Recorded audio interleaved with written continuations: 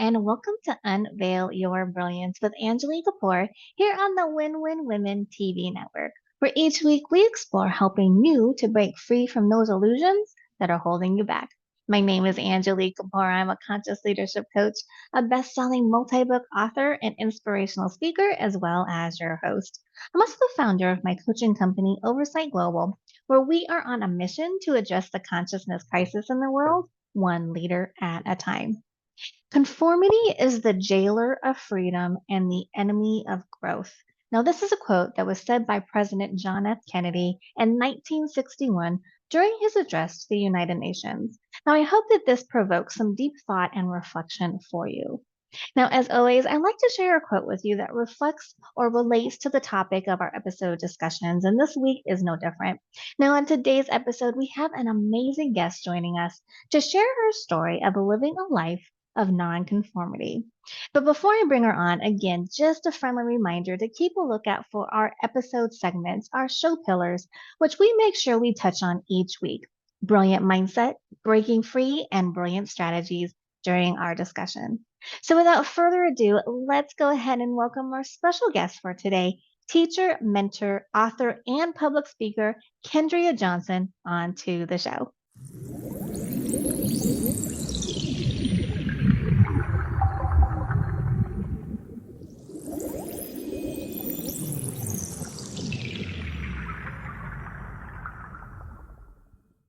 Now, I am so thrilled to have our guest for today here with us. Now, before I bring her on, let me tell you a bit about her.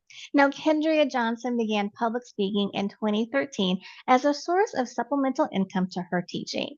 Working with teachers in the American Federation of Teachers gave her the boldness to position herself as a teacher trainer and educational consultant. Within this organization, she has trained hundreds of teachers, which earned her the title of a teacher training teachers. She has held numerous workshops for adults and students. Recently, Kendria has rekindled her public speaking, hosting events that develop her business and help teachers manage their classroom and their personal lives. She moved to the United Arab Emirates in 2015, hoping to get a break from the stress-filled life that consumes teachers in the public school education. Now she is ready to share her 20 years of knowledge with others. Kendria is quoted as saying, "I began to hate my job. Something I used to love so much began to drain the life force from my soul. I had to do something different for the sake of my health. I had to make a drastic move." Now, in August of 2022, Kendria launched her book, Teacher of the Year, which is an introduction to her Teach for Life mentor program. This program is revolutionizing the world for burned out teachers. It is a comprehensive program that develops stress management and life adaptation skills that are specifically designed for teachers by a teacher. So get ready to be hit with some knowledge, be inspired and empowered, ladies, as we welcome to the show Kendria Johnson. Kendria, thank you so much for being here. I really appreciate it. Well, thank you, Angilie. Thank you. It's good to see you again. It's been a while since we met. Yeah, I know. Yeah, you too. So I know that today we're going to talk about kind of living a life of nonconformity, which for the Mhm. ladies here on Unveil Your Brilliance can be a big thing. The pillars of this show that we like to talk about every week is, having a brilliant mindset, breaking Yeah. free from conformity, and also, learning and using brilliant strategies to be able to unveil your brilliance. So I'm really excited to talk about this discussion as I think it's really going to resonate with a lot of the ladies out there. Well, I hope so. I do my best. I bring my gifts to the table and I just pass them out, and whoever wants them, you can partake. So thank you so much for having me today.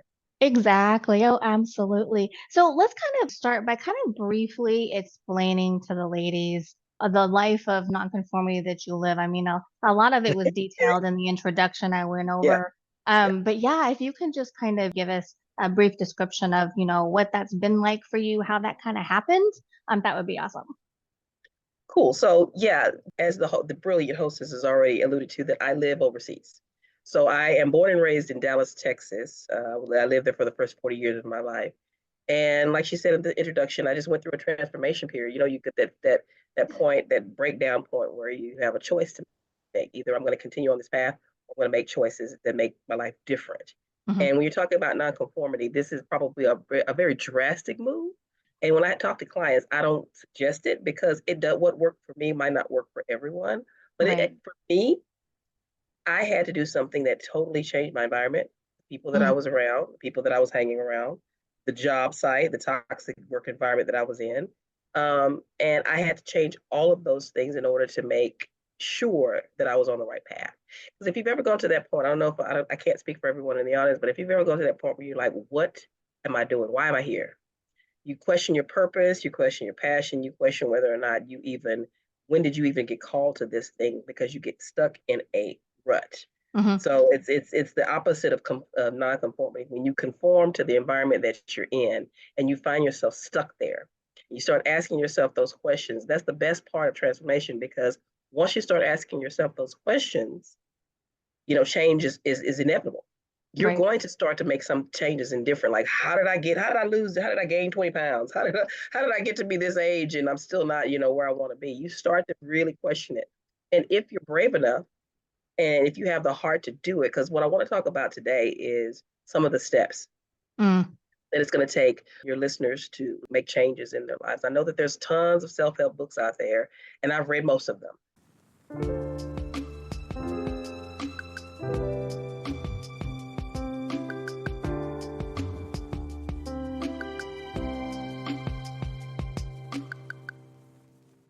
But the Mm-hmm. thing that helped me is, I assume is what people want to hear about. The thing that helps me is basically having a list. I am a writer.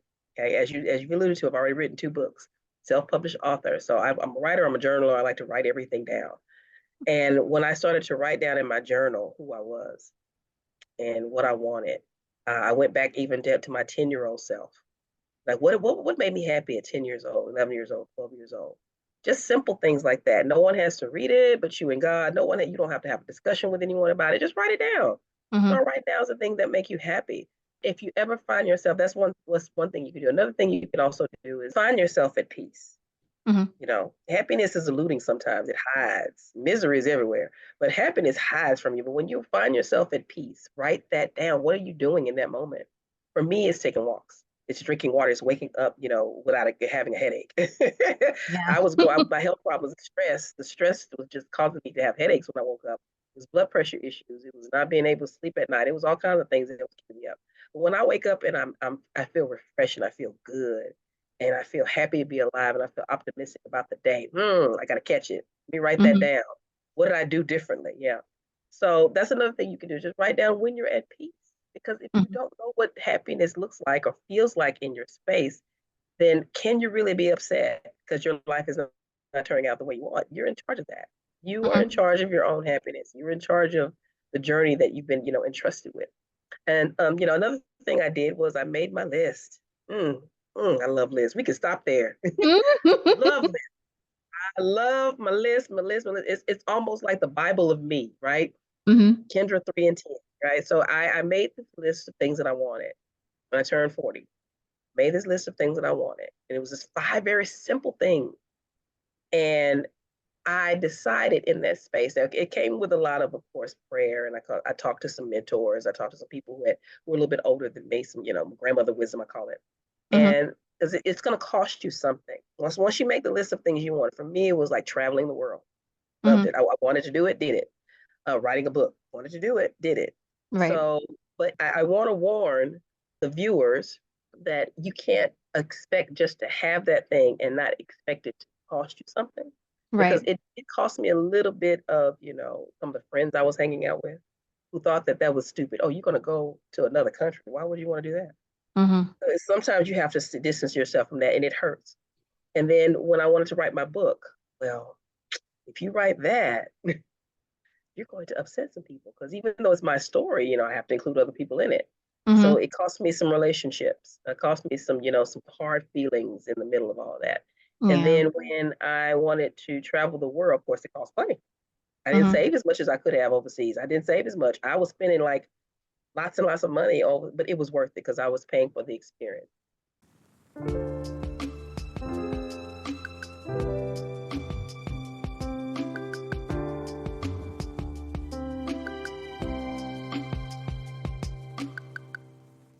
So the first thing I want to go back over, the first thing is make sure that you check in with yourself. Start writing down everything. Find your happy place. Find your happy place and then write it down and find out what are you doing to make yourself happy. Once you make a list of things that you want, you might have to, one of my mentors calls it fake it till you make it. He says you have to become the person you want to be on the other side. You have to pretend to be that person that does the things that you want to do. So Mm-hmm. for example, me, traveling alone and me, writing a book, I had to become an author. What would an author do? What would a travel expert do, right? What would a person who loves, long walks on the beach do? I Mm-hmm. had to become that person. And for a while, to be honest, I had to pretend to be her because I was, quite kind of shy. Like, what do Yeah. I do? How dare I get on a plane all the way to Japan by myself? Who does Mm-hmm. that? I had plenty of people in my life telling me that wasn't the smartest move. But I did it anyway because I wanted. Again, I was gonna fake it until I made it. I wanted to be a traveler of the world, and I became that person. I became that person, and that person caught up with me. And now Mm-hmm. I am that person. I have embodied that person that I wanted to be 10 years ago. Okay. Mm-hmm. Mm-hmm. So nonconformity is simply this: what's going on around you that's the same? Because if you're doing the same thing over and over, that they talk about, what's the quote from the definition of insanity? It's doing the same thing over and over and over and over and expecting different results. You're Right. going to have to think out of the box. Mm-hmm. And when I've mentored people who are trying to get to that point of nonconformity, where they're trying to break free of what is expected of them versus what they really want to be. And that's the Mm-hmm. first thing I tell them to do. Well, who is the person that is doing what you want to do? Mm-hmm. Pretend to be them. Fake it until you make it. Someone taught me that. Now I teach other people that.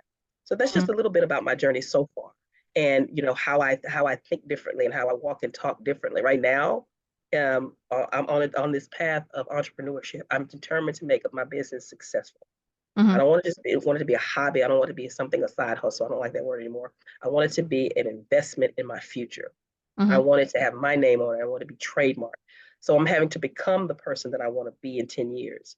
What does Mm-hmm. that look like? What does it feel like? What is it? It means doing interviews. It means Right. talking to people who think and talk and walk alike, and are doing the things that I want to do. Or become, and they already are doing the thing I want to do, and I want to become them. I want to Mm-hmm. look up to them. So that's just my definition of nonconformity. I hope that was not too long. Oh, no, no, that was great. Thank you so much for sharing that and Yeah, having all those steps in there. I appreciate that. So, yeah, to me, what it sounds like is it's not just kind of breaking free from like the traditional societal norms, but it's also you kind of breaking free of the conformity of yourself and how yes. you kind of have been to kind of have gotten yourself kind of stuck in that rut. Is that right? Yeah, I agree. I would agree. And I would also add that I feel like the world's view of us and how we see ourselves is a lie. Hmm. All of it is. It's a lie. It's what we buy into. Right. Like if you tell me that I'm not beautiful and I believe you, I bought into it, but it's absolutely not true. Because if you tell me Hmm. that I'm not beautiful, I just think something's wrong with you. So I don't conform to what you say the standard of beauty is. Right. So I feel like that going on the outside, in the atmosphere, in the world we live in, and on media, ads, all of those things, that's a lie. All of it, Mhm. even the stuff Mhm. on social media, all of Yeah, those, none of the stuff is really real. What's real is how you feel about yourself in that mirror, right. how you view yourself, how you look at yourself, how you describe yourself. And this is something this is very, very key. And I'm going to try to talk really slow when I say this one. If you don't speak kindly about you, you don't think much of who you are, you don't like who you are on the inside, you absolutely have no right to complain about how people treat you and how they Mhm. disrespect you because you say ugly things about yourself. You don't think you're smart enough. You don't think you're good enough to have those things. You don't think you're wise enough to be that entrepreneur or to step out on faith and be, a business owner, whatever it is that you want to be and have. So if you don't believe in you, then how can you be upset when the world doesn't? I Right. always remember that because when people tell me no, I'm like, you just don't, you don't understand. It's not for you to say it. No, that no is not my idea is not for you, and I don't take it personally when I get no's. Mhm. Mhm. They're just rejecting my ideas. They're not rejecting me because they don't really know me. So it takes growth to do that, though. It takes a lot of self work to Right. do those things, and that's why they come to people like you and they come to people like us because they think we got it all. They think we got the answers. But no, really, I just work on myself on a daily basis. I work Mhm. on me. I find myself going by the mirror sometimes, like, and if I have the thought of, oh, you're getting fat, I think I have to immediately wipe it out and say, but you look really, really good. I don't care if you're plump. You look really, really good. You put on some extra weight, but that weight looks good on you. That that weight looks perfect on you. And you Mm-hmm. keep it moving. You don't deny the reality of where you live and who you are.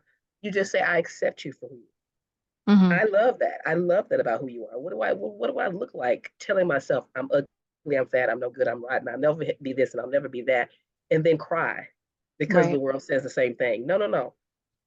I if you don't like you, the world has will treat you the exact same way you feel about yourself. You will attract it like nobody's been. It will just come to you that way. Mm-hmm. And if you don't have the processing skills to filter it out, it sticks. Right. I see it every day. I see it every day with kids. I'm a teacher. I see it every day with my students. I see it every day with my friends and family members. It's programming. It's programming. It's programming. It's how you feel about you that matters. Right, right, exactly. Yeah, as a leadership coach, the thing that I'm always saying is you can only lead others as effectively as you lead yourself. And so it just goes back to, it all starts with you. And like you're saying, if you aren't loving yourself, if you don't know yourself enough to love yourself, then you can't be mad when the outside world treats you badly too, because you're not treating yourself well either. So yeah, True. totally agree with you. Yeah.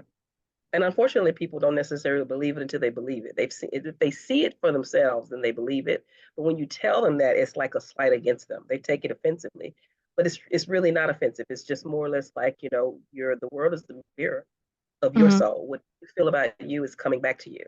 Exactly. Exactly. Yeah, yeah. Yeah.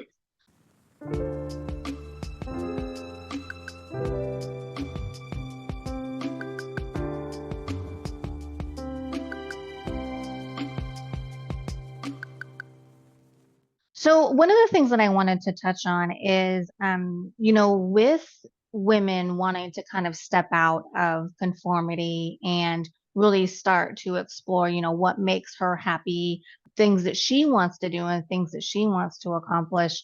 I mean, we kind of touched on it a little bit that there's, things that you're going to have, it's going to cost you. There's things you're going to have to give up in order to do that. And so I know that there's a lot of fear with that. So what do you tell people when they start talking to you about, how do I start even going about doing that? And how do I overcome the fears that come up when I think about doing that? Wow. You know what? Again, mentoring is really, really important. I have mentors. I have people I talk to, and so now I pass that knowledge on. So I'm going to explain it to you as it was explained to me. Hmm. If you don't change, if there's women in your audience who are trying to be non-conformant and they're trying to get out of that mold, Right. if you don't change in a year, how will you feel about that? You've acknowledged that you want to change. You know what you want to do. You know what it Hmm. is you want to step out on, and you don't do it. A year from now, exactly a year from now, how will that make you feel if you don't try? Because I'd much rather fail. I think everybody's afraid to fail. They're afraid to look silly. They're afraid to disappoint someone. They're afraid Hmm. to lose money. They're afraid to lose time, effort, all of that. But I'd much rather fail. I'd much rather look back over the next year and say, well, I tried, give it my very, very best, even though I failed at it. I'd much rather have that than have regret. Okay. Right. So if nothing changes in the next year, you make no steps towards what you want in the next year. How will you look at yourself? How will you view yourself? See, Hmm. that scares me, and it puts all the responsibility on me. It won't put it on you because we're having this conversation. It puts it back on me, right? Hmm. Hmm. And the other thing I've been told, and this is the one that really scared me, at the end of our lives, at the end, whatever it is that your belief system is, at the end of our lives, and you're taking your last breath, and you see in the room not your relatives, not a husband or spouse, but you see the person that you were supposed to be. Hmm. Yeah.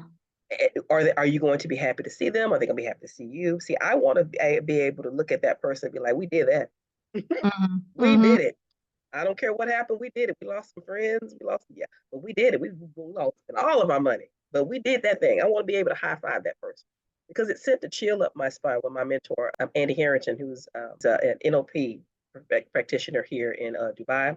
Hmm. When he would say that, it would give me a chill because he was like, "What if the person you're supposed to be is watching you? Oh, What yeah. if your future self came back and was like, what are you doing? Why are you sitting on that couch? I thought I Hmm. gave you that idea 2 years ago. Why aren't you acting on it?" I don't want to meet that person to be like, you just wasted your opportunity. So Right. what if you fail? So what if you lost your money? So what if those friends don't talk to you? It's much better for you to do that thing and fail than to look back with regret. Regret is the worst teacher anyone can ever, and you can't get over it. You can't get past it. It Yeah. sticks with you. Yeah. So Hmm. those are the two things that I would encourage those people to do. Is that, can you look at yourself in the mirror a year from now if you don't act? Not like Right. no steps whatsoever. You're just afraid. No steps whatsoever talking to, to move towards that next goal of yours. How will Hmm. you feel about yourself in a year if you don't do it?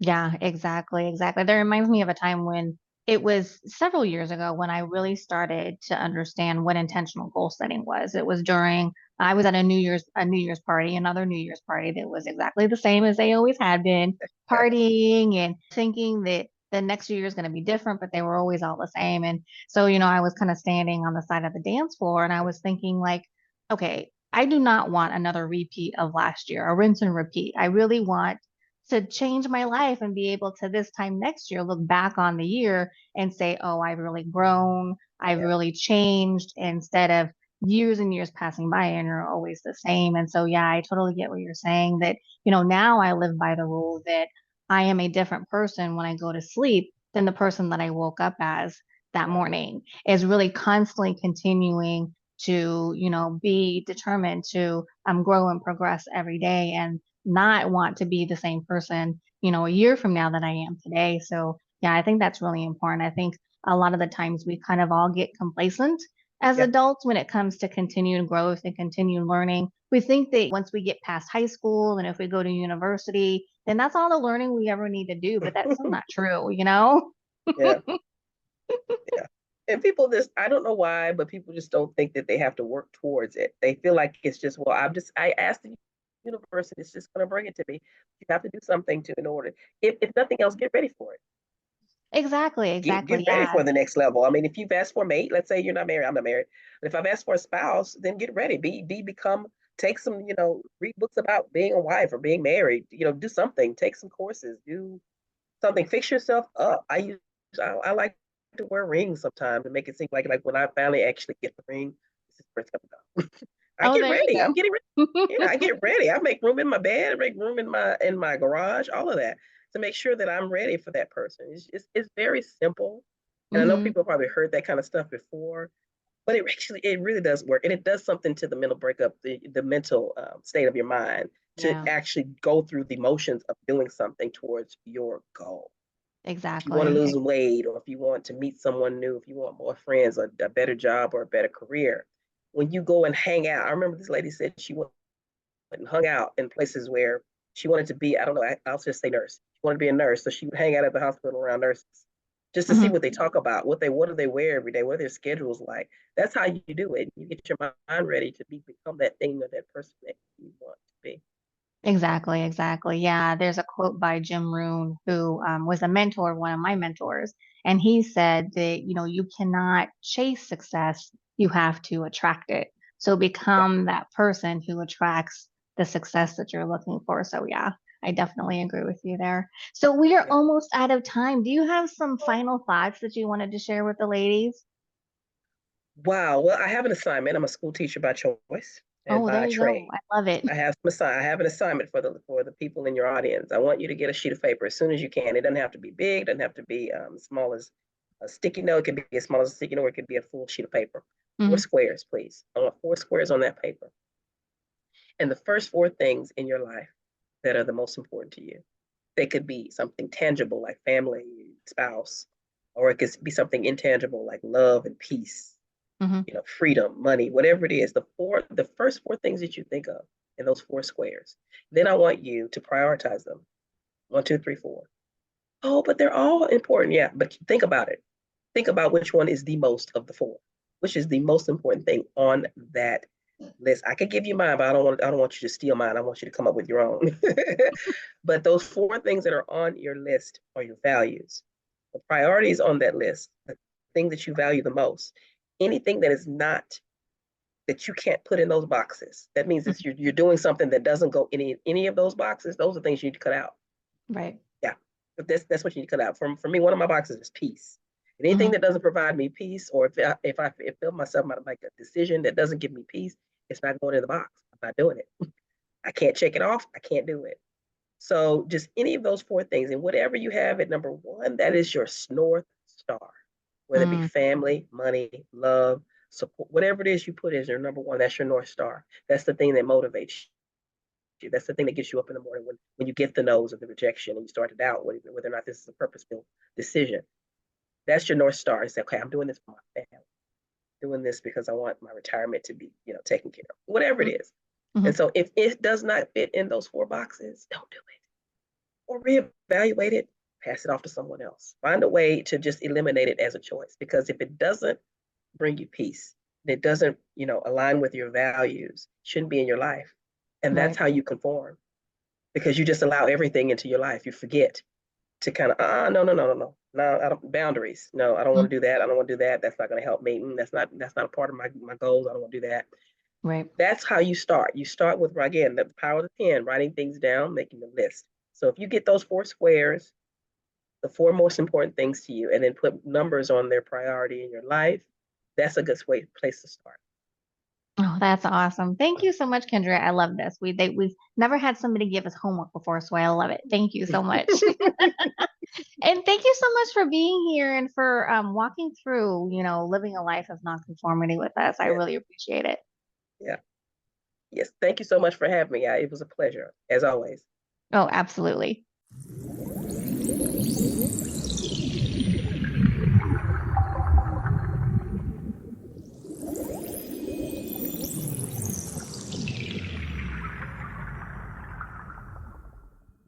Okay, and that is it for today's episode on Living Authentically, a journey of nonconformity with our special guest, teacher, mentor, author, and public speaker, Kendria Johnson. I want to thank Kendria again for joining us today and for sharing her experience and her insights with us on living a life of nonconformity and helping us to further unveil our brilliance. And also, thank you, beautiful soul, for being here with me today as well. As I've mentioned before, I don't believe in coincidences, and you, bright light, were meant to be here to receive whatever it is you were meant to receive from this episode today. So keep it up, keep showing up, and making progress towards unveiling your brilliance. Now, if you're here with me live, be sure to join me in the second half of the show for Brilliant Connections, where I get to meet you and get to know you, and you're able to ask me any questions that you might have from today's episode topic or the show. If you're catching this on replay, thank you so much for watching. I hope that you'll check out our previous episodes as well on winwinwomen.tv /show unveil your brilliance, as well as join me live next week. Remember, like President John F. Kennedy said, conformity is the jailer of freedom and the enemy of growth. So don't be held prisoner by the traditional norms that are hindering you from shining your brilliance, bright light. Embrace your freedom. Make the decision to no longer be stagnant, but strive to grow. The world needs your radiance more than ever, bright light. Thanks so much for watching. Take care, and I'll see you next week. My ladies here with me live, I will see you in just a few seconds.